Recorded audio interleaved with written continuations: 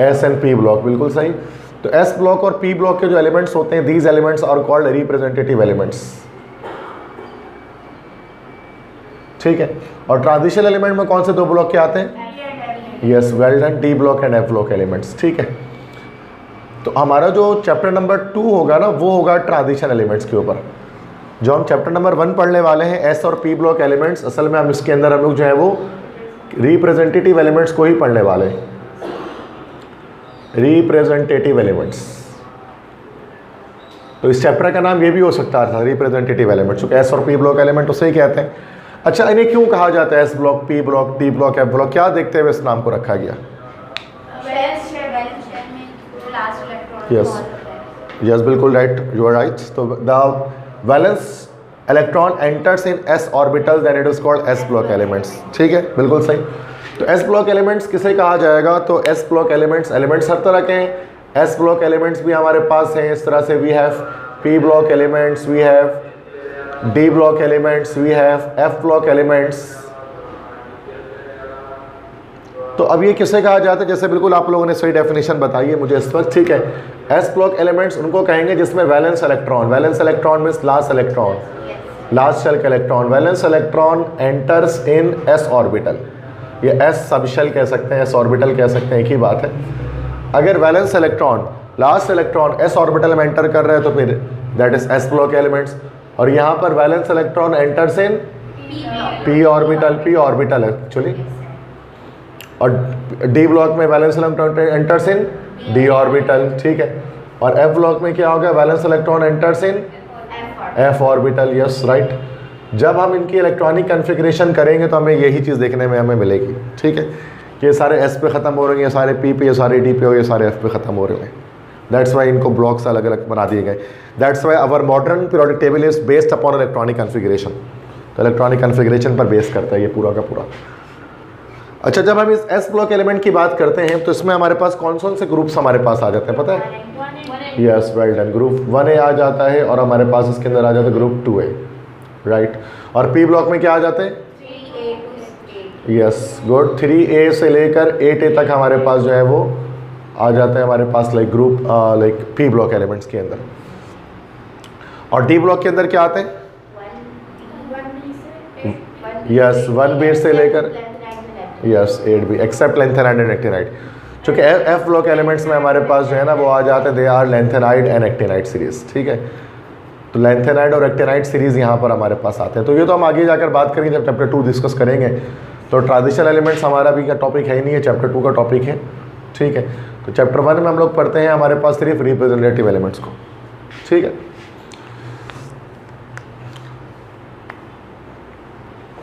तो 1A और 2A group के जो एलिमेंट्स हमारे पास होते हैं वो एस ब्लॉक एलिमेंट्स हमारे पास कहलाते हैं। 1A ग्रुप से मुराद लाइक दिस इज के एलिमेंट्स इसके अंदर आते हैं lithium, sodium, potassium, rubidium, caesium, francium. 2A group में क्या आता है? Beryllium, magnesium, calcium, strontium, barium, radium, यही आते हैं सारे। I think you know about it. अच्छा, 1A ग्रुप को और भी एक नाम दिया जाता है खास ना, अल्कली मेटल्स, राइट। सारे के सारे मेटल्स होते हैं। अल्कली का क्या मतलब है?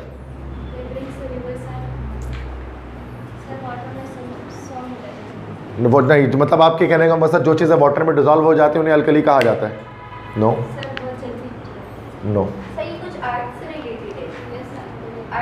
वो अल्कलीन अर्थ मेटल है, वो B2A में है वो। अल्कली, यहाँ पर अल्कली का क्या मतलब है? अर्थ से रिलेटेड जो चीज़ है ना वो 2A ग्रुप में आएगी, यहाँ पर आएगी वो। 2A group is called alkaline earth या अल्कलाइन अर्थ मेटल्स। तो वो ज़मीन के अंदर से निकलते हैं तो उन्हें अर्थ मेटल्स कहा जाता है, बट ये तो ज़मीन से रिलेटेड नहीं है।